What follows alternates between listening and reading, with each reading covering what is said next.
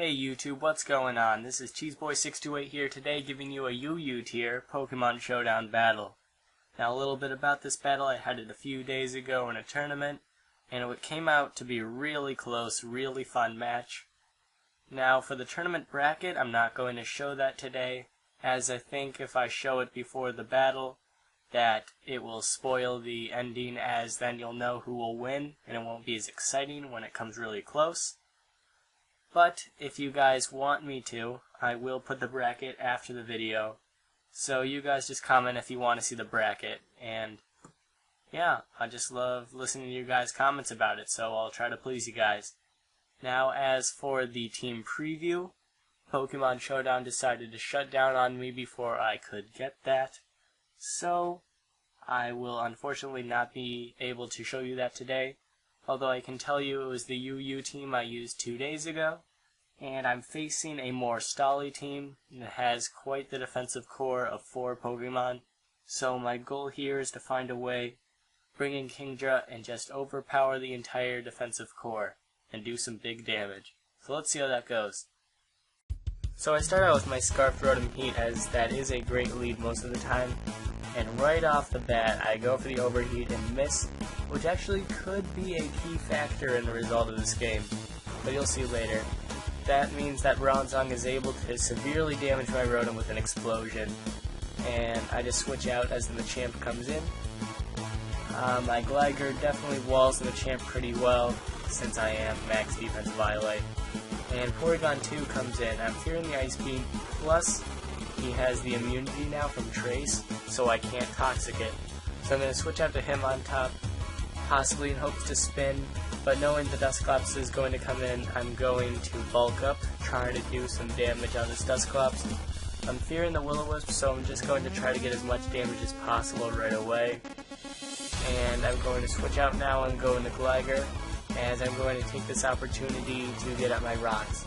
Although it may have not been the best play, for he does go for the Will-O-Wisp, and that will definitely affect the game later.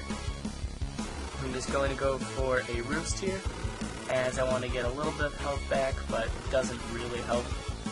But now I'm going to go into Cresselia, and now you'll really be able to see this Cresselia set, as I do have the Damp Rock instead of Leftovers, and you may find that really confusing, but you'll see in a second. So I set up the Rain because I know I have not too many turns left with this Cresselia, as he does go for the Shadow Sneak here, and I live thankfully, and I just go for the Lunar Dance. Now I had an option of going to Rotom here, but I just didn't think I should have, and I just go into Kingdra immediately to try to hit as many things as hard as possible. He goes for the Will-O-Wisp, so that residual damage is definitely annoying.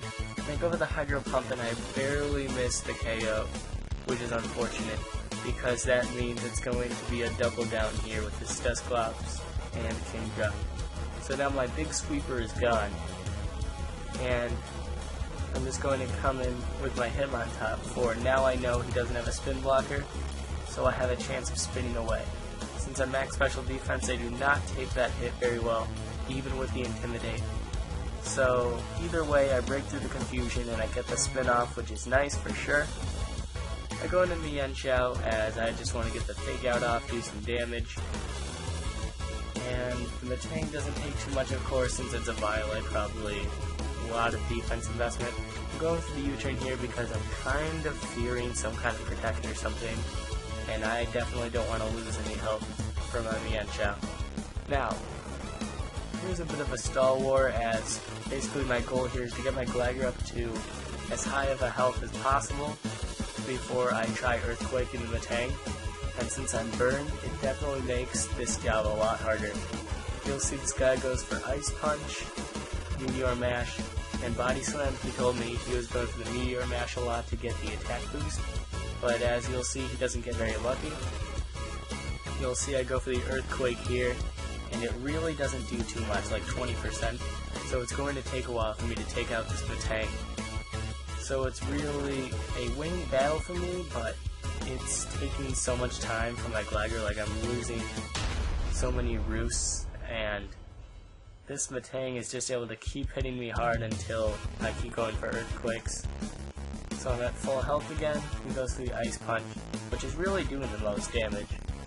I guess I'm somewhat fortunate for him not getting the attack boost, but I missed my overheat in the beginning, so that kind of evens out. Either way, he only has one hit left, and I'm just going to roost until I'm at highest health as possible. And on this turn, I am at 100%, but then he goes to the Ice Punch and the Burn. But then after this, I'm going to go for the Earthquake and finish off in the tank. Now here's where things start getting really tricky. Now Porygon 2 comes in and goes for the Agility. I definitely can't Toxic it since it has immunity, and I just go for the Roost to get off some damage. I'm scared of switching in anything, so I just leave my Glider as death fodder. Now I go into Mienshao and try to get as much damage as possible. He goes for the Tri-Attack and thankfully doesn't take me out, and I kill off the Porygon 2 with a crit, which I'm not entirely sure if it mattered. But now with my Mienshao, I go for the High Jump Kick again, and I take out the Machamp in one hit, and I'm somewhat surprised at that, because I thought Machamp was fairly bulky. Now here it comes. It all depends if my Rotom's faster. It is faster, but the Shadow Ball still doesn't take it out, and the V-Create finishes me off. So I'd like to talk a little bit about this ending situation here. So the game could have ended in two situations. Number one, which was a possibility that I could have switched out to Mienshao right away as the Porygon 2 set up the Agility. I could have gone for the Fake Out and finished it off with a High Jump Kick. I don't think that critical hit mattered. I think I was able to take it out, as I am max attack, and it was Stab High Jump Kick. Now the other option was what happened, and the thing that made it such a game changer was that Bronzong went for the explosion, and I calced that a Choice Banded, Max Attack plus Nature, Victini with Stab V-Create is not able to OHKO Rotom Heat, so if it was at full health, barring a crit, it would have survived. So that was really the game. It was a great game nonetheless. We both had hacks on both sides. I had fun with it. I don't really care about the hacks. It was a fun game, OU Battles. Thanks guys for watching. Like, comment, sub. And until later, peace.